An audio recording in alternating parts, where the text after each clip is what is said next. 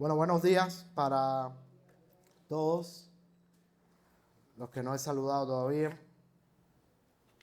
Qué bueno volver a estar aquí. Como dije la vez pasada, hace menos de un mes que estuve por aquí, dije que me resultaba muy grato que cada vez que vengo aquí veo caras nuevas, gente que no conozco y que han venido en el periodo de 2, 3 semanas en que yo no he estado aquí, y por eso estoy muy contento.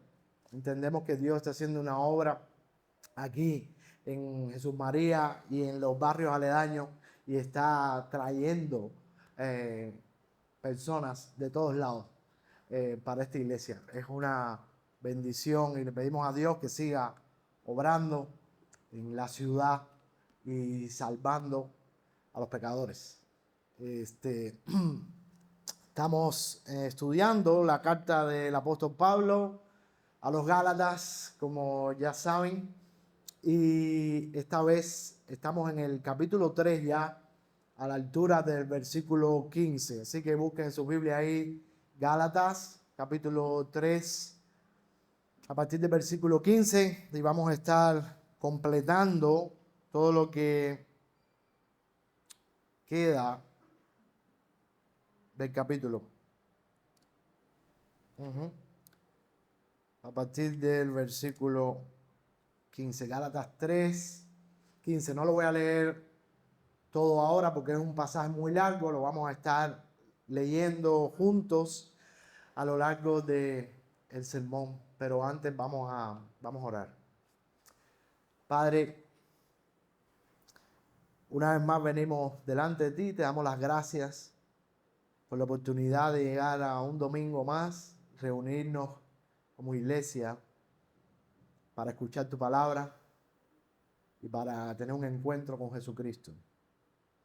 Te suplicamos que tu Espíritu Santo obre con poder entre nosotros, que tu palabra cobre vida en cada uno de los corazones de las personas que estamos aquí, y que el impacto del Evangelio sea tal que salgamos de aquí renovados, llenos de ti, llenos de tu Espíritu Santo y de tu palabra. Haz tú la obra en medio nuestro. Y como decía Raikol, si hay alguien aquí que aún no te conoce, que hoy sea el día de la salvación. Y si alguno de nosotros tiene el corazón duro por el pecado, Padre, que podamos sentir tu perdón y la justicia de Cristo en nuestras vidas. Lo pedimos en su nombre. Amén. Uno de los problemas más grandes que nosotros tenemos cuando nos enfrentamos al Evangelio es que en nuestras mentes la concepción de religión que nosotros tenemos por nuestra cultura es que nosotros debemos hacer algo para que Dios entonces se mueva para hacer algo por nosotros. En nuestra cultura popular y en nuestras religiones más populares funciona así. ¿Es o no es? Tú tienes que llevar una ofrenda, ¿verdad?, a ese Dios para que ese Dios se mueva y haga algo por nosotros. Es un toma y daca, como dicen los españoles. Yo te doy y tú me das. Por eso es tan difícil para nosotros y tan difícil que nos va a costar la vida entera entender que el Evangelio de Jesucristo no se trata de nosotros mismos, ni de nada que nosotros podamos hacer para ganar el favor de Dios, sino que el Evangelio se trata única y exclusivamente de lo que Jesucristo ha hecho por nosotros en la cruz del Calvario. Y eso es todo. Es por eso que ves al apóstol Pablo una y otra vez en esta carta a los Gálatas defendiendo esta verdad del Evangelio, que como hemos visto en otros sermones, estaba siendo atacada por algunos falsos hermanos, falsos maestros, falsos creyentes, dice Pablo, que habían llegado a la iglesia o a las iglesias de Galacia para predicar un evangelio diferente, cual decía que hacía falta circuncidarse, hacía falta guardar ciertos aspectos ceremoniales de la ley de Moisés para ser salvos. Y Pablo dice, no, el evangelio no es esto. El evangelio es Cristo salvando pecadores. Punto y final. Nada más. Y en esta batalla, en esta defensa, el apóstol Pablo pasó toda su vida, toda su carrera, defendiendo el evangelio de la gracia de Dios frente a cientos de pseudo evangelios o evangelios falsos. Y lo que hemos visto hasta aquí es que no somos salvos por guardar ciertas normas, ciertas reglas, ciertos mandamientos de hombres o tradiciones humanas, sino que somos salvos solo por la fe en Cristo Jesús. Eso es lo que nos llevará hasta el cielo y no otra cosa. Solo Cristo, solo la fe en Él. Pero ahora en esta sesión del capítulo 3, Pablo añade algo más. Para hacernos entender o para darnos más contenido, para que podamos ver por qué esto es así. ¿Por qué no se trata de algo que nosotros podamos lograr por nosotros mismos o que nosotros podamos aportar por nosotros mismos? Y Pablo introduce un elemento aquí que nos va a llamar mucho la atención y que va a hacer toda la diferencia. Y es una promesa que Dios ha hecho. Pablo dice que Dios ha hecho una promesa a Abraham. Y esta promesa es que en su simiente, es decir, de su descendencia, vendría un Salvador para todos nosotros. Vamos a leer ahí, a partir del versículo 15, lo que dice el texto. Dice Pablo, hermanos, para que entiendan esto, les voy a dar un ejemplo de la vida diaria. Imagínense que alguien hace un pacto. Una vez que este pacto es oficial, nadie puede agregarle ni cambiarle nada, ni mucho menos ignorarlo. Dios le hizo promesas a Abraham y a su descendencia. No dice a tus descendencias refiriéndose a muchas, sino que dice a tu descendencia refiriéndose a una familia unida. Me encanta esta traducción. Gracias por regalarme esta Biblia. A la familia de Cristo. Lo que estoy diciendo es que el pacto que Dios hizo con Abraham fue oficial mucho antes que llegara la ley. La ley llegó 430 años después. Por eso la ley no pudo anular el pacto ni cambiar las promesas de Dios. Dios llamó a Abraham a que lo siguiera. Sal de tu tierra y de tu parentela y ven conmigo. 430 años antes de darle la ley a Moisés. Y le hizo una promesa a Abraham. Tu descendencia será como las estrellas del cielo, que nadie puede contar. Y cuando se está refiriendo a su descendencia, se está refiriendo, dice Pablo, a una familia que vendría por medio de la descendencia de Abraham a la familia de Cristo. De manera que cuando tú lees en Génesis la promesa que Dios le hace a Abraham y le dice, haré de ti una gran nación, serán como las estrellas del cielo que nadie puede contar. ¿Sabe a quién se está refiriendo? A nosotros. No es a un pueblo en particular, no es a una nación en particular, sino a los que son de la descendencia de Abraham, al pueblo de la fe. que Abraham tuvo. ¿Se acuerdan el evento con Isaac? Abraham creyó a Dios y le fue contado por justicia. Cuando Dios le pidió que sacrificara a ese único hijo que era su descendencia, y Abraham dijo, es que yo sé que Dios lo puede resucitar de entre los muertos. De manera que la promesa de que iba a existir un pueblo para Dios, que Dios iba a crear, a levantar un pueblo que sería su pueblo para siempre, y que ese pueblo eran los de la fe, los de la línea de Abraham, los que creen en las promesas de Dios, vino 430 años antes que se le diera la ley a Moisés. De manera que la ley no puede cambiar las promesas de Dios. Dios no puede decir, voy a hacer un pueblo de los que creen en mí, y después, 430 años después, dice, bueno, ahora te voy a dar una ley para que tú la cumplas, y si tú la cumples, entonces vas a ser de mi pueblo, porque estaría invalidando la promesa que él hizo al principio. Seguramente todos aquí hemos hecho promesas en algún momento de nuestra vida, ¿verdad? ¿Sí o no? Seguro todo el mundo está pensando en las promesas de amor, ¿verdad?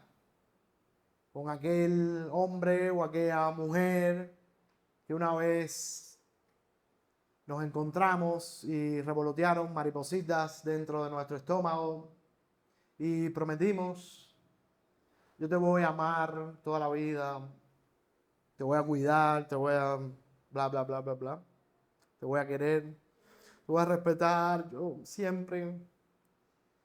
¿Cuánto tiempo duró eso? Muy poco.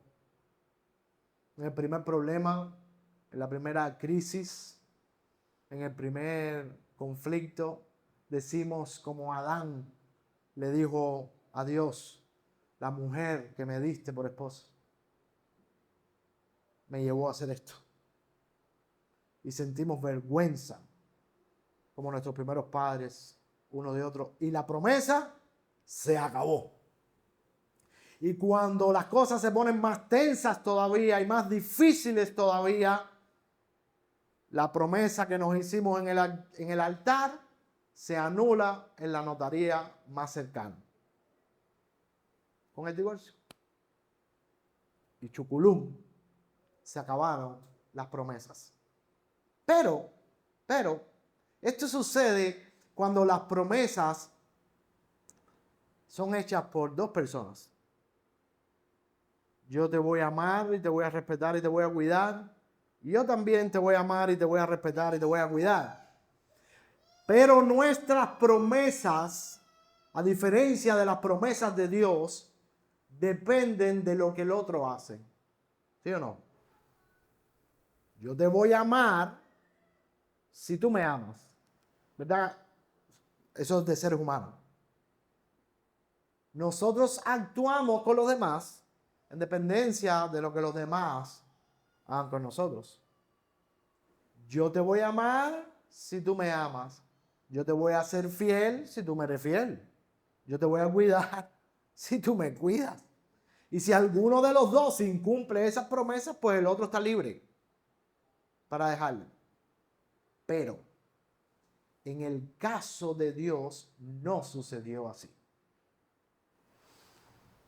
Cuando Dios escogió a Abraham para hacer una nación de él, de hombres, mujeres, niños, jóvenes, viejos, gente de toda lengua, de toda raza y de toda nación, el que hizo la promesa fue Dios. De hecho, cuando Dios hizo el pacto, Génesis capítulo 15, cuando Dios hizo el pacto con Abraham, ¿sabe cómo estaba Abraham? Durmiendo. Se quedó dormido. Y Dios juró por sí mismo que él cumpliría el pacto aún al precio de su propia vida. Había una costumbre en esos tiempos de judíos, ¿verdad? O de principio de la nación judía, que cuando se hacía un pacto se cogía un animal y se cortaba por la mitad. Y una mitad se ponía por un lado y otra mitad se ponía para el otro. Y las personas que hacían el pacto pasaban por en medio de los dos animales cortados a la mitad. Y eso representaba esto, que Dios me haga así si yo incumplo el pacto. ¿Verdad? Que Dios me parta en dos, me mate si yo incumplo el pacto. Lo curioso es que cuando Dios hace ese pacto con Abraham, se cortan los animales. Y el que pasa por el medio de los animales es el Señor. Solo. No con Abraham. Dice la Escritura que Dios juró por sí mismo, ya que no hay nada mayor por lo que se puede jurar, que Él cumpliría su promesa. ¿Y cuál era esta promesa? Que de la descendencia de Abraham vendría un Salvador que podría hacer lo que ninguno de nosotros pudimos hacer, que podría deshacer la maldición de Adán, que lo que Adán y Eva no pudieron lograr como familia, porque esa familia fue un fracaso, ¿verdad? Que lo que Adán y Eva no pudieron lograr como familia, Dios mismo lo iba a conseguir por medio de su Hijo Jesucristo. Y que Dios mismo levantaría una familia formada por un pueblo enorme, la gente de la fe. El pueblo de la fe. Los musulmanes le llaman a los cristianos el pueblo del libro. El pueblo del libro, o la Biblia. Pero nosotros no somos el pueblo del libro. Nosotros somos el pueblo de la fe. En Jesucristo, quien es la palabra de Dios que está recogida en este libro. Eso somos nosotros, el cumplimiento de las promesas de Dios. Y para entender el plan de salvación, mi hermano, y para poder tener tranquilidad y para poder tener esa paz que quizás tú estás buscando hoy, tenemos que remontarnos al principio. Y esto es lo que Pablo está haciendo, está yendo hacia detrás para que nosotros veamos y los Gálatas vean que esto no es una cuestión que surgió ahora cuando Cristo fue crucificado.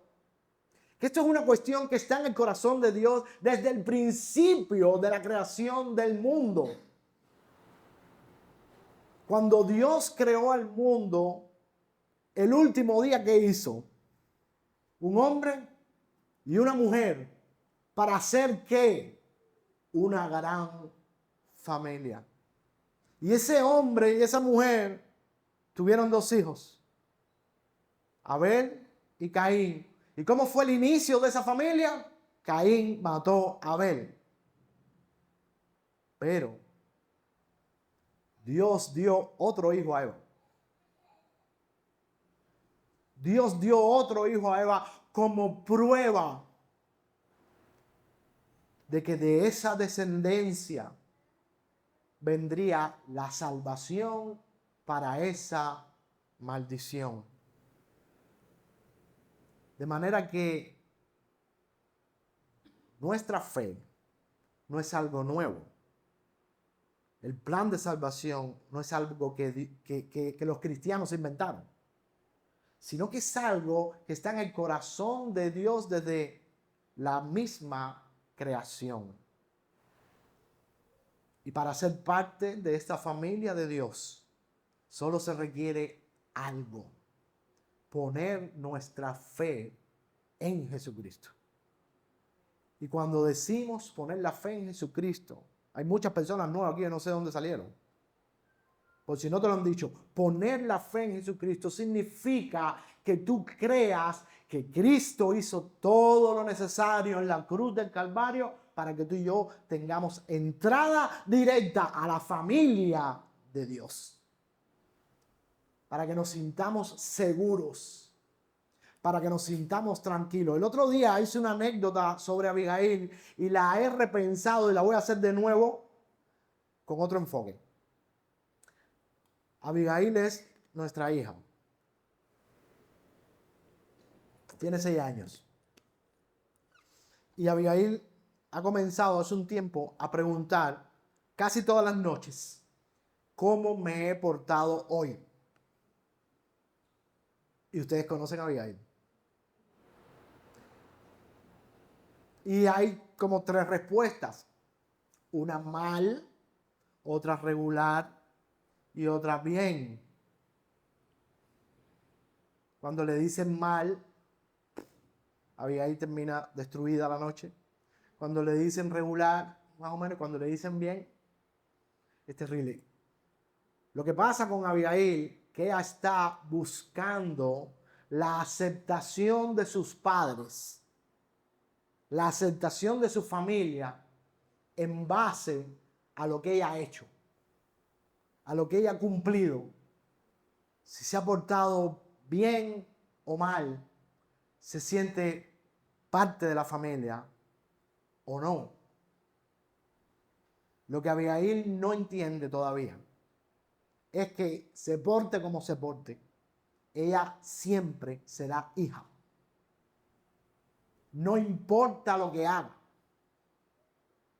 No importa si nos destruye. Siempre será hija. Al igual que nosotros. Porque su nacimiento, su concepción, no tuvo nada que ver con ella misma. Fue algo que vino de fuera de ella. Y nació como hija. Y en Cristo pasa algo similar. No importa quién tú hayas sido. No importa lo que tú hayas hecho. Ni yo. No importa quién tú eres hoy. Ni lo que estés haciendo hoy. Ni lo que hayas hecho justo antes de venir para acá. Si crees en Cristo, eres parte de la familia de Dios.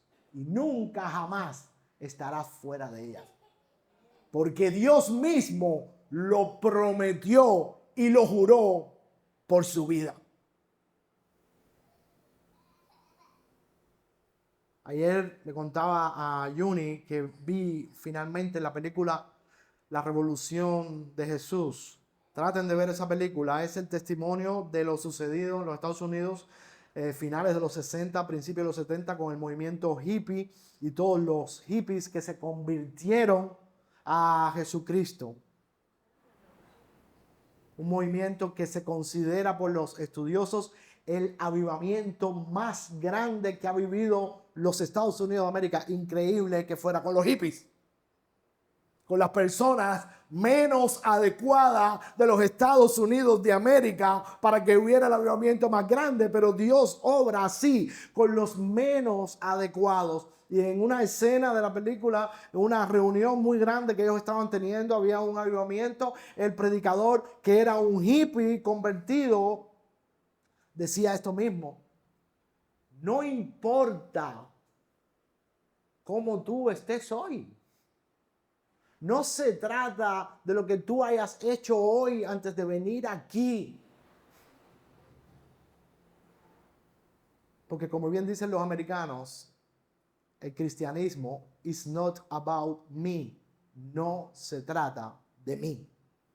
Se trata de Cristo, de otro. Y gracias a Dios que se trate de otra persona, porque si se tratara de ti o de mí, estaríamos perdidos, constantemente agobiados, frustrados, cansados, matados, porque ni tú ni yo damos la talla de Dios.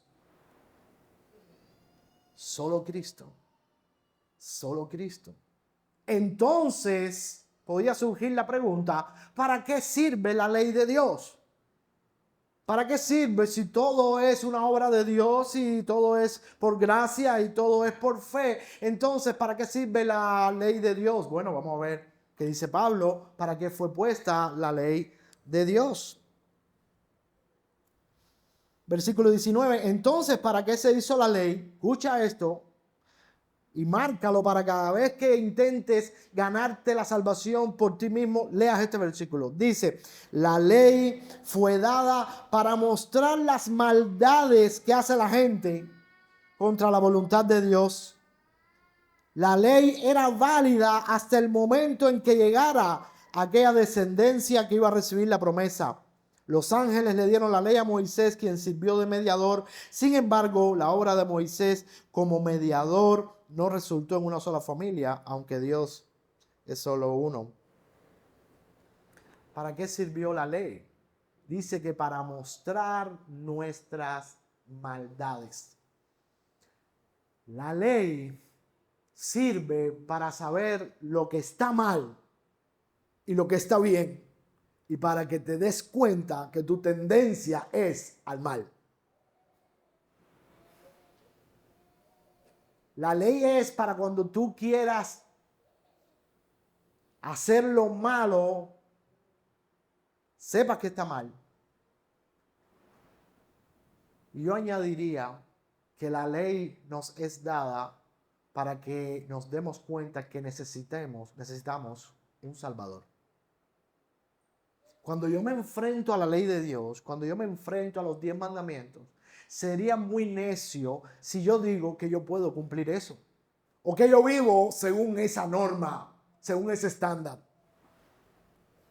Amarás al Señor tu Dios con todo tu corazón, con toda tu alma, con toda tu mente y con todas tus fuerzas los 365 días del año, las 24 horas de cada día.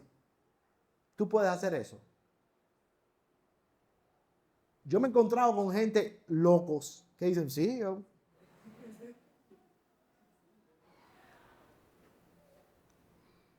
Y entonces el célebre pastor londinense Charles Spurgeon pisó el pie de esa persona que le dijo eso. Y esa persona le dijo un insulto. Y dijo, ya rompiste la segunda tabla.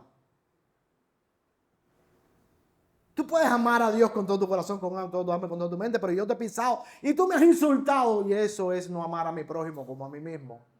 Back. Desaprobado. Es imposible. Y la ley de Dios lo que nos muestra es que no podemos cumplir. No podemos. Y necesitamos desesperadamente un Salvador. Por eso Pablo sigue diciendo aquí que la ley fue nuestro guía para que lleváramos a Cristo. Versículo 24. Por eso la ley era nuestro guardián o nuestro ayo, dice Reina Valera, hasta que llegó Cristo a nosotros. La ley fue el camino que puso Dios para que nosotros tuviéramos que desembocar en Cristo. Que alguien me salve. Pablo, Romanos capítulo 7, miserable de mí, cuando él hace un análisis de su vida. Dice, yo sé lo que tengo que hacer, pero veo una ley dentro de mí que yo hago lo que no quiero hacer. Y cuando veo esta contradicción, dice Pablo, digo, miserable de mí, ¿quién me librará de este cuerpo de muerte? Y así termina el capítulo 7, pero el capítulo 8 comienza diciendo, doy gracias a Dios por el Señor Jesucristo. Final del 7, principio del 8. Así que la ley, mis hermanos, la ley es justa, la ley es santa, la ley es buena, pero no se hizo para salvar a nadie. Se hizo para mostrar que no podíamos salvarnos a nosotros mismos, que necesitamos desesperadamente un Salvador. Entonces, sigue diciendo el apóstol Pablo, el resultado. Por eso la ley era nuestro guardián hasta que llegó Cristo. El resultado es que estamos aprobados a través de la fe. Ahora que ha llegado la fe, ya no necesitamos que la ley sea nuestro guardián. Y ahora viene la parte más sublime del texto. ¿Cuál es nuestro estado hoy? Y quizás, como decía el hermano, tú llegaste hoy aquí, si eres cristiano, a lo mejor llegaste pensando que no eres cristiano. O a lo mejor llegaste pensando que estás muy mal. O a lo mejor llegaste pensando que eres un hipócrita. O a lo mejor estás buscando desesperadamente que alguien te diga qué es lo que tienes que hacer. O a lo mejor estás pensando que ya tu fe, que ya no aguantas más. Que ya no puedes más. Que esta semana ha sido un total fracaso. Que lo has intentado una y otra vez. Y has vuelto a fracasar. Y llegas hoy aquí y dices, a ver quién va a predicar hoy. Y a ver lo que me van a decir. Y vamos a ver ahora la parte más gloriosa del Evangelio. ¿Quiénes somos nosotros para Dios? Escucha esto, que es, como decían en la película La Revolución de Jesús, es la palabra de Dios. No es Ulises. Es Dios el que te está hablando a ti y que me está hablando a mí. Porque esto no se trata de nosotros. Mira cuál es tu estado hoy. Mira quién eres tú.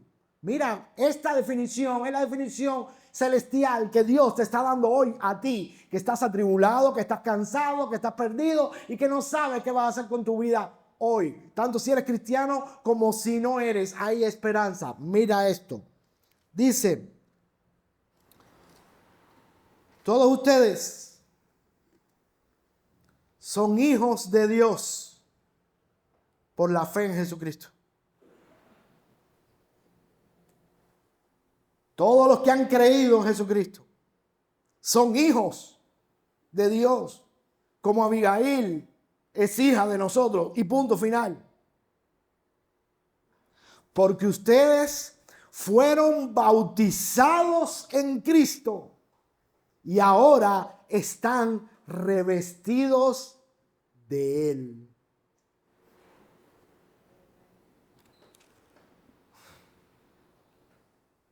Oye eso. Cuando creyeron, ustedes fueron bautizados en Cristo. Cuando creíste, tú fuiste bautizado o bautizada con Cristo. Es como si Cristo, ¿ves el bautismo? Imagínate ahora que somos presbiterianos. Tú creíste, tú estás aquí y fuiste bautizado con Cristo. Un caramelo de chocolate, un bombón. ¿Qué se le hace? Se le echa el chocolate líquido, ¿verdad? ¿Y qué ocurre? Se recubre completo y ya no es una bola de algo, es chocolate, ¿verdad? Ustedes cuando creyeron fueron bautizados con Cristo y ahora están revestidos de Él. Cuando Dios, ahora mismo, Dios, lo que Dios ve aquí es a Cristo. Tú y yo, con toda tu candela por dentro, con toda tu llama, con toda tu putrefacción que la tenemos, con las reminiscencias del maldito pecado de Adán y Eva, que vamos dentro. Dios no ve eso. Dios lo que ve es de lo que estás revestido. Y cuando Dios te mira a ti, a mí, aunque tú no lo creas, no hace falta que lo creas, porque es así. Porque lo dice Dios. Y si Él lo dice, es suficiente. Cuando Él te mira, lo que ve es a su hijo. Y cuando ve a su hijo, lo único que puede sentir por ti es amor.